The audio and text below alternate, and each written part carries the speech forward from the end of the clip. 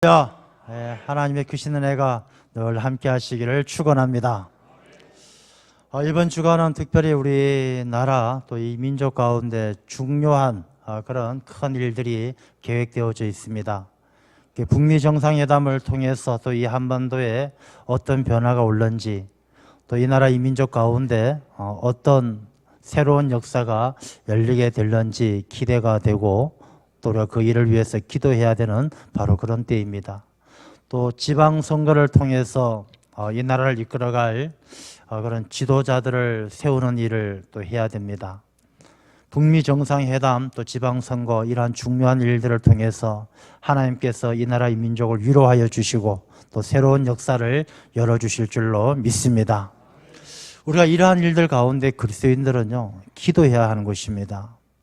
그냥 보고만 있는 방관자가 되어서는 안 되는 것이고, 우리가 기독교는 국경이 없지만 우리 기독교인에게, 그리스도인에겐 조국이 있다, 그런 말이 있습니다. 우리 그리스도인들은 조국을 위해서 기도하고 민족 복음화를 위해서 눈물로 씨앗을 뿌리는 그런 하나님의 일꾼이 되어야 할 줄로 믿습니다. 그리스도인이라고 해서 다 똑같지는 않습니다. 오늘 본문의 말씀에도 나오지만 하나님 나라에 합당한 자가 있다라는 것이죠. 그리스도인은 예수 그리스도를 따르는 사람이 그리스도인입니다. 오늘 읽은 본문에 보면 예수님을 따르려고 하는 자들이 여러 부류가 있지만, 예수님께서 말씀을 하실 때 하나님 나라에 합당한 자가 따로 있다라는 것을 말씀을 하는 것이죠. 우리가 성경 안에도 많은 인물들이 나오지만 그 모든 하나님을 섬기고 믿었던 사람들이 다 하나님께서 그들을 존귀하게 높여주시고 또 귀하게 쓰신 것은 아니란 것입니다. 그들의 삶이 사람들 보기에는 큰 차이가 없을지 몰라도 그 마음의 중심이 하나님에게 합당한 자는 하나님께서 놀라운 은혜를 주시고 능력을 주셔서 아주 귀하게 쓰신 것을 볼 수가 있습니다. 다윗을 한번 보십시오. 다윗은 사람의 눈으로 볼 땐 다윗은 별로였습니다. 다윗을 왕으로 세울 때만 해도, 사무엘이 갔을 때만 해도 이 아버지 이새는 다윗을 내어놓지 않고 형들만 선을 보여줄 만큼 다윗은 형들에 비해서 별로 볼품이 없었어요. 목동이었습니다. 다윗은 골리앗을 이기고 사울 왕의 딸에게 장가를 갔지만 장인 어른에게 미움을 받아서 쫓겨다니면서 미치광이 행세를 할 정도로 도망자 신세가 되어졌던 그런 인물입니다. 나중에도 밧세바를 탐내서 자기의 부하 우리아를 죽음의 자리로 내몰기도 하고, 아들 자식 교육을 잘못시켜서 아들이 배신하기도 하고, 인간적으로 보게 되면 다윗은 특별하게 위대한 인물로 세울 만한 것이 없었습니다. 이 다윗이 위대한 왕이 될 수가 있었고 위대한 왕가를 이룰 수 있었던 것은 성경 말씀에 딱 한마디로 하나님께서 다윗을 내 마음에 합당한 자라, 내 마음에 합한 자라라고 말씀을 하십니다. 하나님의 마음에 합한 사람이 진짜 그리스도인이고, 하나님의 마음에 합한 자가 하나님께서 존귀하게 높여주시는 능력이 있는 하나님의 일꾼이 된다는 것입니다. 우리가 이 시대에 그리스도인으로 살아가지만 다 똑같은 그리스도인이 아니라 하나님 나라에 합당한, 하나님의 마음에 합한 그리스도인이 되어야 할 줄로 믿습니다. 그래서 우리가 예수님을 따른다고 다 그리스도인이 되는 것이 아니라 어떻게 예수님을 따라야 정말로 하나님 나라에 합한 그리스도인이 될 수 있을까? 오늘 이 본문의 말씀은 우리에게 그것을 교훈해 주고 있는 것입니다. 많은 식당이 있습니다. 식당들이 많이 있는데 이 식당에 가면은 다 밥을 만들고 밥을 짓고 반찬을 만들어서 손님들에게 팔죠. 근데 식당들이 많이 있지만 그 식당들마다 다 똑같지는 않습니다. 어떤 식당은요, 줄을 서서 사람들이 번호표를 받아서 기다렸다가 1시간씩 기다렸다가 식사하기도 하고, 또 어떤 식당은 손님이 없어서 파리만 날리고 손님이 한 명도 없는 그런 식당도 있는 것입니다. 그 차이가 무엇입니까? 그 음식 맛이 손님들의 입맛에 맞느냐 맞지 않느냐의 차이죠. 우리가 똑같이 예수님을 따르고 그리스도인으로 살아가지만 하나님의 마음에 합한 사람, 그에게는 하나님께서 풍성하게 채워주시고 넘쳐나도록 복 주시는 겁니다. 그럼 우리가 그리스도인으로 살아간다라고 생각은 하지만 내 삶이, 내 마음이 하나님에 합하지 않으면, 하나님 나라에 합당하지 않으면 내가 그리스도인인 것처럼 생각하고 살아가지만 우리의 삶은 늘 텅 빈 것처럼 공허하고 힘들다는 것입니다. 그러니 신앙생활을 하더라도, 예수님을 따르더라도 하나님 나라에 합당하게 제대로 따라야 된다는 것을 말씀하고 있는 것이죠. 그래서 예수님을 제대로 따른다는 것은 이 본문의 말씀을 통해서 먼저 57절 말씀을 보면, 길 가실 때 어떤 사람이 여짜오되 어디로 가시든지 나를 따르리이다. 어떤 분이 오셔서 예수님께서 길을 가시는데, 이 길 가실 때는 갈릴리에서 예루살렘으로 올라가실 때입니다. 갈릴리에서 예루살렘으로 올라가시는 예수님께 와서 하시는 말씀이, 선생님이 어디로 가시든지 나는 예수님 당신을 따르겠습니다 하고 어떤 사람이 와서 이야기를 하는 거예요. 마태복음 8장에 바로 이 장면이 기록되어져 있는데, 마태복음 8장을 보게 되면 이 사람은 서기관입니다. 서기관. 이 서기관은 율법을 공부하는 사람이고 율법을 연구하는 사람이에요. 그래서 하나님의 약속, 율법에 대해서 깊은 지식을 가지고 있는 바로 그런 사람이죠. 그래서 하나님의 약속, 율법에 대해서 누구보다 많이 아는 사람이 서기관입니다. 이 서기관이 예수님 보고 어디로 가든지 나는 따르겠습니다, 이렇게 이야기합니다. 이 서기관이 예수님을 그렇게 따르겠습니다 하면 예수님께서 그래, 좋다, 잘 결심했다, 나를 따라와라, 이렇게 말씀하실 것 같은데, 우리 58절 말씀을 보면 예수님께서 말씀하시기를 여호도 굴이 있고 공중에 새도 집이 있으되 인자는 머리 둘 곳이 없도다.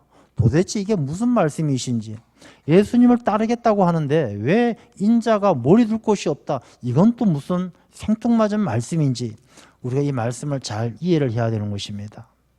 먼저 이 서기관은 예수님을 따르겠다라고 말씀을 하지만 어디로 가시든지, 그러니까 예수님께서 가시는 길을 모르는 거예요. 예수님이 어떤 분인지 잘 몰라요. 예수님께서 이 땅에 왜 오셨고 예수님께서 앞으로 지고 가셔야 될 그 십자가의 고난의 길에 대해서는 아는 바가 없어요. 이 서기관이 단지 아는 것은 자기가 이때까지 가지고 있었던 율법의 지식에 비추어 보았을 때 이 예수님이란 분이 훌륭한 분이구나, 내가 알고 있는 지식에 비추어 보았을 때 예수님의 말씀이 틀린 것이 없구나, 예수님이 훌륭한 사람이구나. 그러니까 예수님께서 훌륭한 사람이니까 이분이 가는 길, 이 세상에서 어디로 가든지 잘되고 좋은 길, 남들에게 존경받는 길로 갈 것이라고 생각을 하는 것이죠. 그래서 나는 따르리이다. 그러니까 예수님께서 어디로 가시는지, 이 땅에 오신 이유가 무엇인지, 십자가의 의미가 무엇인지 알지 못하는 상황에서 그러니까 예수님 따르면 잘 될 것 같으니까 나는 따르리이다. 내가 결정해서 예수님을 따르겠다는 것이죠. 예수님께서 부르시는 것이 아니라, 하나님의 은혜로 부르심을 받은 것이 아니라 내가 율법의 지식을 가지고 예수님을 판단해 보니까 예수님을 따르는 게 좋은 일도 생길 것 같고 일도 잘 될 것 같고 뭔가 형통할 것 같으니까 나는 예수님을 따르겠습니다. 잘 되니까. 여러분, 혹시 우리도 예수님을 따르는 우리의 신앙생활 가운데 이런 마음이 우리 안에 있지 않는가 한번 깊이 돌아보아야 합니다. 우리가 예수님에 대해서 분명히 알고 예수님께서 어떤 분이신지 알고 예수님을 따라야 되지, 막연하게 내가 이 세상에서 배운 지식과 내가 가지고 있는 윤리적인 도덕적인 기준을 가지고 예수님을 바라보니 예수님은 좋은 말씀만 하시고 예수님 믿으면 좋은 일이 생길 것 같고 잘 될 것 같으니까 그래, 결심했다, 내가 예수님을 따르겠다, 내가 예수님 믿어주겠다, 이런 마음으로 혹시 우리가 신앙생활을 하고 있는 것은 아닌지 잘 돌아보아야 하는 것입니다. 예수님께서 그에게 대답하시기를 여호도 굴이 있고 공중에 새도 집이 있고 다 있지만 인자는 머리 둘 곳이 없다. 예수님은 이 서기관의 마음을 다 간파를 하신 거예요. 저 서기관이 자기 생각, 자기 지식, 자기 판단 기준을 가지고 나를 따르면 편안하고 좋은 일이 생길 것 같고 잘 될 것 같으니까 나를 따르려고 하는구나 라는 그 마음을 간파하신 거예요. 그래서 예수님께서 말씀하시기를 여우도 굴이 있고 여우가 산속을 막 헤매고 다니다가 지치고 힘들면 들어가서 쉴 수 있는 굴도 있고 공중에서도 날아다니다가 피곤하면 그 날개를 접고 쉴 집도 있지만 인자는 머리 둘 곳이 없다. 나는 이 세상의 편안함을 추구하기 위해서 온 존재가 아니다. 나는 이 땅에서 잘 되고 잘 먹고 편하게 살려고 이곳에 온 것이 아니다라는 것을 말씀하시는 거예요. 인자는 이 세상에 머리 둘 곳이 없기 때문에 예수님을 따르고자 하는 사람은 이 땅에서 잘 되기를 원해서 따르는 것이 아니라 예수님께서 인자가 머리 둘 곳이 없는 예수님을 따른다는 것은 이 땅에서 외로운 길이고 고난의 길이고 어려운 길이다라는 것을 말씀하는 것이죠. 여러분, 예수님을 따른다는 것은 우리가 외톨이가 된다는 것을 각오해야 됩니다. 요즘 세상에 예수 믿는다고 무슨 외톨이가 됩니까? 이렇게 말씀하실지 모르지만요. 진짜 예수님을 잘 믿으려고 하면요. 외톨이가 되는 거예요.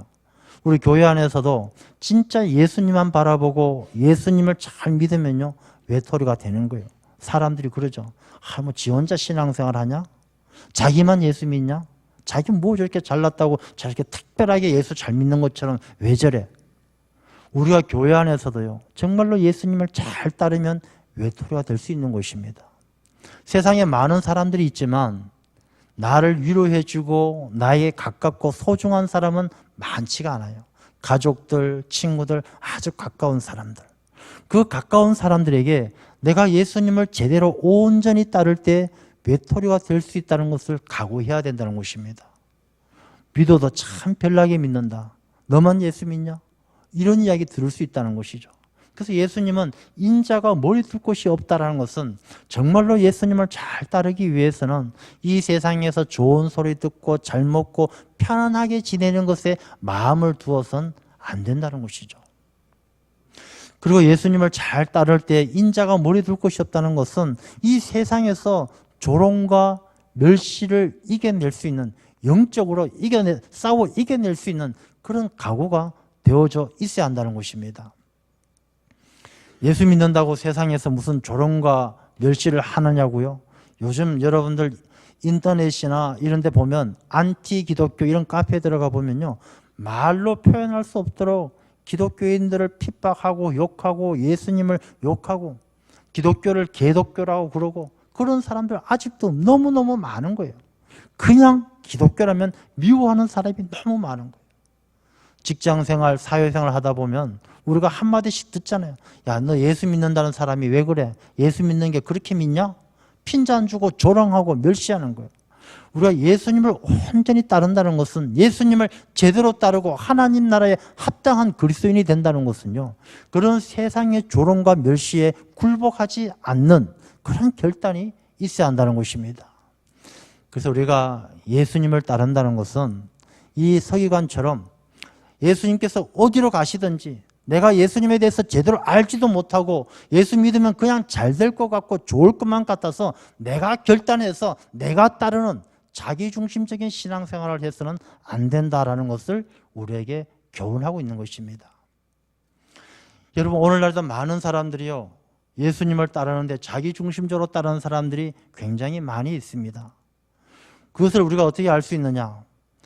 이 신앙생활을 취미생활처럼 하시는 분들이 많이 계신다는 것입니다. 날씨가 좋으면 놀러 가고 날씨가 좀 구질구질해서 별로 할 일 없으면 교회 와서 예배나 드리고, 예배를 드리러 오는 것이 아니라 할 일이 없어서 예배나 드리러 오는 거예요. 기분 좋으면 예배당에 앉아서 찬송가 크게 부르고 뭔가 기분 뒤틀리면 입 꼭 다물고 그냥 앞에 서 있는 분 째려나 보고, 이건 신앙생활이 자기중심적이고 취미생활하는 거예요. 예배는 하나님께 드리는 것이고 주님을 따르는 것인데 자기중심적인 사람은 하나님이, 예수님이 안중에 없는 것이죠. 우리가 그렇게 신앙생활하는 것은 하나님 나라에 합당하지 않다라는 것입니다. 이 서기관은 그 신앙생활을 자기 중심으로 나는 따르리다 라고 이야기할 때 주님께서는 이러한 자는 하나님 나라에 합당하지 않다라고 말씀을 하는 것입니다. 그 다음에 두 번째 어떤 사람이 있느냐 하면 59절을 보게 되면요, 또 다른 사람에게 나를 따르라 하시니 그가 이르되 나로 먼저 가서 내 아버지를 장사하게 허락하옵소서. 그렇죠. 예수님께서 나를 따르라 했는데 그 사람이 예수님, 내가 집에 가서 아버지를 장사하고 나서 따르게 허락해 주십시오. 뭐 그럴 수 있는 일 아니겠습니까? 그런데 예수님께서 말씀하시기를 죽은 자들로 자기의 죽은 자들을 장사하게 하고 너는 가서 하나님 나라를 전파하라.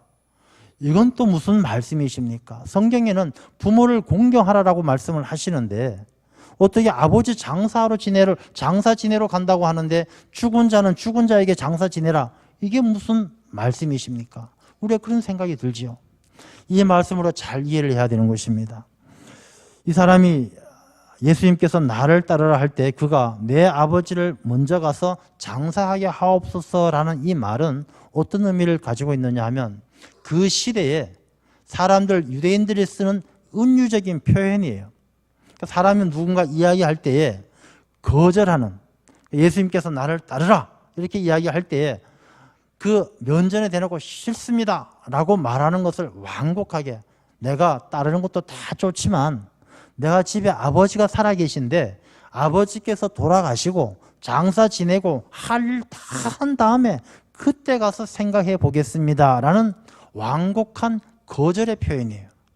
그러니까 아버지가 지금 당장 죽은 것이 아니고 살아계신 아버지가 돌아가시고 장사 지내고 이 땅에서 해야 될 일을 다 하고 그 다음에 한번 생각해 보겠습니다라고 거절하는 것이죠.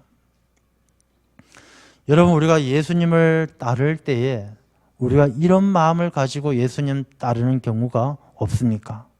예수님께서 나를 따르라, 지금 나와 함께 가자 이렇게 말씀하시는데 우리가 예수님 앞에 예수님, 내가 아버지가 장사 지내는 것처럼 내가 지금 바빠서요, 요즘에 한참 돈 벌어야 될 한참 일할 나이인데 내가 어떻게 예수님 하나님 나라 일만 할 수 있겠습니까? 좀 돈 좀 벌고 어느 정도 사업 좀 키워놓고 그때 하겠습니다. 손주 좀, 자녀 좀 키워놓고 하겠습니다. 바로 이 말씀을 하고 있는 거예요. 예수님을 따르는데 이 세상의 많은 가치관들이, 많은 이 세상에 추구해야 될 것들이 예수님을 따르는 것을 뒤로 미루게 한다는 것입니다. 우선순위가 예수님 따르는 것이 아니라 한참 뒤로 밀려져 있는 그런 모습 속에서 어정쩡하게 예수님을 따르는 그 모습을 예수님께서는 죽은 자들로 자기의 죽은 자들을 장사하게 하라 이렇게 말씀하시는 거예요. 죽은 자들은 어떤 자들입니까? 하나님 앞에 영적으로 죽은 자들이에요.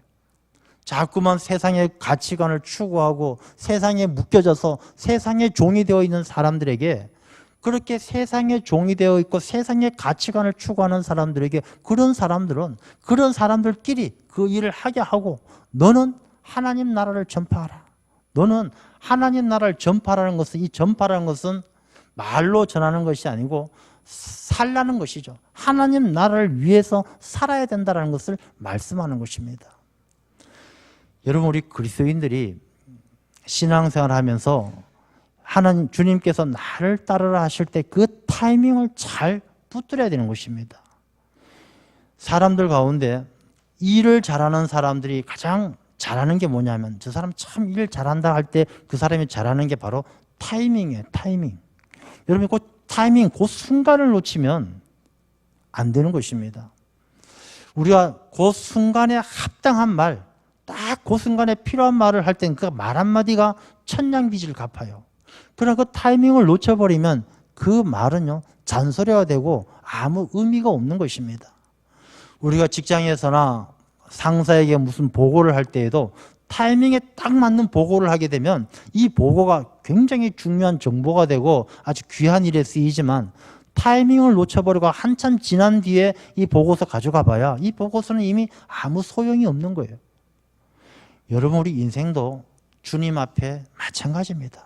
주님께서 우리에게 나를 따르라 할 때가 있는 거예요.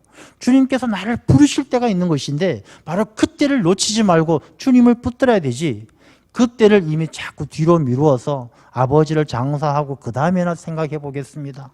세상에 내가 필요한 일, 추구하는 가치관 다 이루어 보고 그때 가서 생각해 보겠습니다. 이 타이밍을 놓치고 나면 죽은 자들이 되는 거예요. 죽은 자들. 하나님 앞에 죽은 자들이 되어서 죽은 자들로 자기의 죽은 자들을 장사하게 하고 바로 그런 신세가 된다는 것입니다. 여러분, 예수님을 따르는 것, 하나님의 일을 한다는 것도 타이밍을 놓치지 말아야 되는 것입니다. 우리가 신앙생활 할 때 그럴 때가 있지 않습니까? 하나님께서 내게 깊은 감동을 주셔서 야, 내가 하나님 나라에 충성을 다해야 되겠다. 내가 하나님의 일을 감당해야 되겠다. 그렇게 감동을 주시고 부르실 때, 또 때로는 교회 안에서 목사님이나 여러 장로님들 통해서 이번에 교사로 섬겨 주십시오. 구역장으로 섬겨 주십시오. 이런 부르심을 받을 때 이때 주님께서 나를 따르라. 주님께서 나를 부르시는구나. 그 타이밍을 놓치지 말아야 한다는 것입니다. 그 타이밍을 놓치고 나면 나중에는요, 죽은 자가 되어서 하나님께서 하나님 나라에 합당한 자가 될 수가 없는 거예요. 일을 시킬 수도 없고 감당할 수도 없는 것입니다. 이미 신앙도 많이 떨어지고 육신도 쇠하고 무슨 일을 하겠습니까? 우리가 주님께서 나를 따르라 할 때에 우리가 세상의 가치관들, 세상의 일들을 핑계대지 말고 그 부르실 때 순종할 수 있는 그런 그리스도인들이 되어야 할 줄로 믿습니다. 또 우리 61절 말씀을 보게 되면 또 다른 사람이 있는데 그 사람은 어떤 사람이냐 하면 주여 내가 주를 따르겠나이다마는 나로 먼저 가서 내 가족을 작별하게 허락하소서. 이건 당연한 이야기죠. 내가 주님을 따르겠습니다마는 내가 먼저 가서 가족들과 작별하게 해 주십시오. 근데 예수님께서 답변하시기를 손에 쟁기를 잡고 뒤를 돌아보는 자는 하나님 나라에 합당하지 않다라고 이야기하는 것입니다. 이 가족들과 작별하게 허락해 주십시오라고 하는 이 의미가 무엇이냐면요, 2000년 전 그 시대는 사람들이 먼 길을 떠날 때에는 가족들과 작별을 아주 거창하게 했습니다. 그 2000년 전에는 비행기가 있겠습니까? 기차가 있겠습니까? 자가용이 있겠습니까? 늘 걸어가고 기껏해야 말이나 노새를 타는 것인데 이 말도 아주 높은 사람들이나 타는 것이지 대부분의 사람들은 걸어 다녀서 여행을 하는 것입니다. 그래서 먼 길을 가게 되면은 어디 가서 도적을 만나서 죽을런지 어디 가서 질병을 얻어서 죽을런지 알 수가 없는 것입니다. 요즘처럼 핸드폰이라도 있으면 여기 어딘데 내가 병 걸렸어 좀 와줘 전화라도 하지만 이 당시에는 연락할 방법도 없고 한번 떠나면은 살아서 다시 만날 수 있다는 보장이 없는 바로 그런 때입니다. 그래서 먼 길을 떠나게 되면은 온 가족들과 친지들을 불러 모아서 아주 큰 작별 행사를 하는 것입니다. 2박 3일, 3박 4일. 형들, 사촌 형들, 당숙 다 불러가지고 당숙께서 내가 어릴 때 참 그렇게 해주셨는데 그때 생각하면 참 좋았습니다. 옛날 이야기를 해가면서 장황하게 3박 4일, 2박 3일 그렇게 작별 행사를 하게 되는 것입니다. 그런데 여기에서 우리가 생각할 것이 무엇이냐면 예수님을 따르겠습니다마는 가족들과 작별 인사를 먼저 하게 해 주십시오라는 것은 예수님을 따르는 것에 대해서 불안하고 두려운 것이죠. 예수님을 따라서 가기는 갑니다마는 예수님께서 따라오라 하시니까 따라가겠습니다마는 내가 이 길로 가게 되면 언제 어디서 비명 행사할지 내가 다시는 집으로 돌아올 수 있을런지 어디 가서 도적을 만나 강도를 만나 죽게 될런지 불안하고 두렵기 그지없기 때문에 가족들에게 우리 다시 못 볼지 모르니까 우리 작별 인사 한번 하자라고 이야기를 하는 것이죠. 이 말씀은 우리가 예수님을 따르기는 따르되 내 마음이 걱정, 의심으로 염려로 가득 차서 불안하고 두려움을 가지고 예수님을 따르는 하나님 나라에 합당하지 않는 그런 모습을 우리에게 교훈하고 있는 것입니다. 우리가 신앙생활 하면서도 이런 모습들이 얼마나 많습니까? 그냥 예수님을 따르는 가운데에서도 이 가족들과 작별 행사를 아쉬워하는 것처럼 우리가 내 마음에 두었던 것들, 세상의 것들, 거기에 것을 잘 끊지를 못하는 거예요. 우리가 신앙생활 하다 보면은 이 세상의 사람과의 관계, 효도, 친구들하고 의리, 우정 이런 것들이요 예수님을 따르는 것을 방해할 때가 있어요. 꼭 주일만 되면은 무슨 집안 모임이 생기고 동창회가 생기고 오래전에 약속했던 친구들과 여행이 잡히고 이런 일들이 있는 것이죠. 우리가 이런 일 기로에 서게 될 때에 작별 가족들과의 작별 인사를 통해서 아쉬워하고 그 끈을 놓지 못하는 것, 그것은 예수님을 따르는 것에 대해서 확신과 소망이 없기 때문에 그렇다는 것입니다. 내가 예수님을 믿고 따르면 내가 반드시 돌아올 것이고 돌아와서는 이 가족들을 복음화시키고 예수님을 믿게 해서 우리 온 가족이 구원받는다, 이런 확신이 있다라면 뭐 가족들에 매여서 우리가 세상의 의리에 매여서 친구들과 정에 매여서 우리가 복음 들고 예수님 따르는 일에 망설일 이유가 없다는 것입니다. 내가 예수 믿고 예수 따르고 친구들 전도하고 가족들 전도해서 꼭 우리 모두가 하나님 나라 백성이 돼야 되겠다, 이런 하나님 나라에 합당한 자라면 이런 망설임이 없다는 것이죠. 우리가 하나님 나라에 합당한 자는 주님께서 부르실 때에 우리가 두려움과 걱정, 근심, 염려 다 내려놓고 하나님 나라에 대한 비전을 가지고 예수님께서 우리에게 주시는 그 소망과 비전을 가지고 세상의 염려와 근심을 다 내려놓고 주님을 따르는 그런 결단이 우리에게 있어야 할 줄로 믿습니다. 예수님을 따르긴 따라도 이렇게 제대로 따라야 오늘 본문의 말씀처럼 하나님 나라에 합당한 자가 되는 것입니다. 이 하나님 나라에 합당한 자들은 어떻게 살아가느냐? 우리 앞에 나온 말씀처럼 하나님 나라를 전파하는 거예요. 하나님 나라를 전파한다는 것은 입으로 하는 것이 아니라 하나님 나라를 위해서 살아가는 그리스도인이 되는 것인데, 이 하나님 나라를 위해서 살아가는 그리스도인의 모습은 한마디로 경건이죠. 경건. 이렇게 예수님을 따르게 되면 정말로 하나님 나라에 합당한 그리스도인이 되어지면 그 삶은 저절로 경건해지는 것입니다. 우리가 경건 그러면 조금 뭔가 거리감이 느껴져요. 야, 경건하려면 기도 많이 해야 되고 말씀 많이 읽어야 되고 조용히 살아야 되고 묵상 많이 하고 명상해야 되고 이런 생각하는데, 이 경건은 그런 것이 아니에요. 경건은 어떤 것이 경건이냐?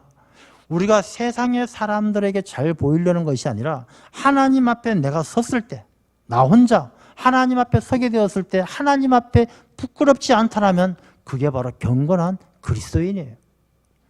여러분, 우리가 각자 자기 자신을 한번 깊이 돌아보십시오.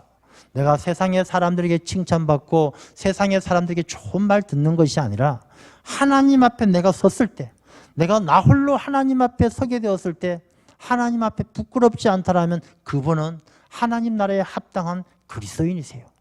그런데 내가 하나님 앞에 내 자신을 세워놓고 보니 부끄럽기 그지없고 하나님 앞에 서 있는 것 자체가 몸둘 바를 모르고 몸이 비일비틀이고 몸이 꼬인다라면 내가 뭔가 예수님을 따르긴 따르되 제대로 따르지 못하는 경건한 그리스도인이 아니구나라는 것을 우리가 알게 된다는 것입니다.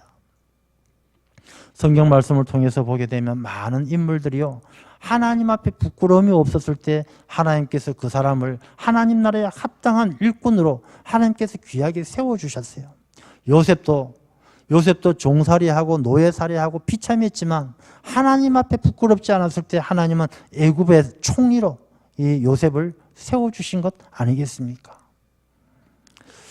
우리가 그리스도를 따르는 그리스도인으로 살아간다는 것이 그냥 흉내만 내는 것이 아니라 하나님의 나라에 합당한 그리스도인이 되어야 한다는 것입니다. 그러기 위해서는 우리가 늘 영적으로 민감하게 깨어 있어야 됩니다.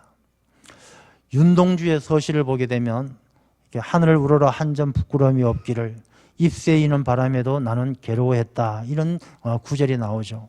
이 윤동주 시인은 기독교 집안에서 태어났죠. 할아버지 윤하연 씨가 장로님이셨습니다. 그 집안에 아주 기독교 집안이고, 이 윤동주의 시를 보게 되면 기독교적 영성이 또 그 가운데서 드러나고 있는 것을 보게 되죠. 저는 잎새 이는 바람에도 나는 괴로워했다, 그 대목이 참 마음에 많이 와닿습니다. 잎새 이는 바람이란 것이 어떤 것입니까? 바람이 사람이 잘 느끼지 못해요. 바람이 불긴 부는데 잘 모르는데 나무 잎을 보니까 잎이 살랑살랑 흔들리는 것을 보면서 잎새 있는 바람, 잔잔한 바람, 부는 듯 마는 듯 그런 바람이 부는구나. 그 부는 바람 속에 나는 괴로워했다, 왜 괴로워합니까? 그 잎새에 바람이 부는데 자기가 왜 괴로워합니까? 우리가 하나님 나라에 합당하게 살아가는 사람들은 우리가 이 땅에서 작은 일에도 민감하게 깨어 있어서 자기 자신을 쳐서 복종시킴으로 주님을 따르는 데 있어서 더 우리가 민감하게 반응해야 한다는 것입니다.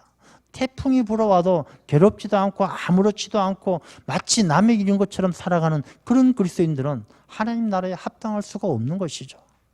우리가 하나님 앞에 부끄럽지 않는 경건한 그리스도인, 하나님 나라에 합당한 그리스도인이 되기 위해서는 우리가 이 세상 살아가면서 잎새에 있는 바람처럼 조그만 일에도 작은 일에도 우리가 늘 영적으로 민감해서 우리가 하나님의 뜻에 합당하게, 하나님 나라에 합당하게 내 자신의 삶을, 주님을 온전히 따르는 그리스도인으로 살아가야 한다는 것입니다.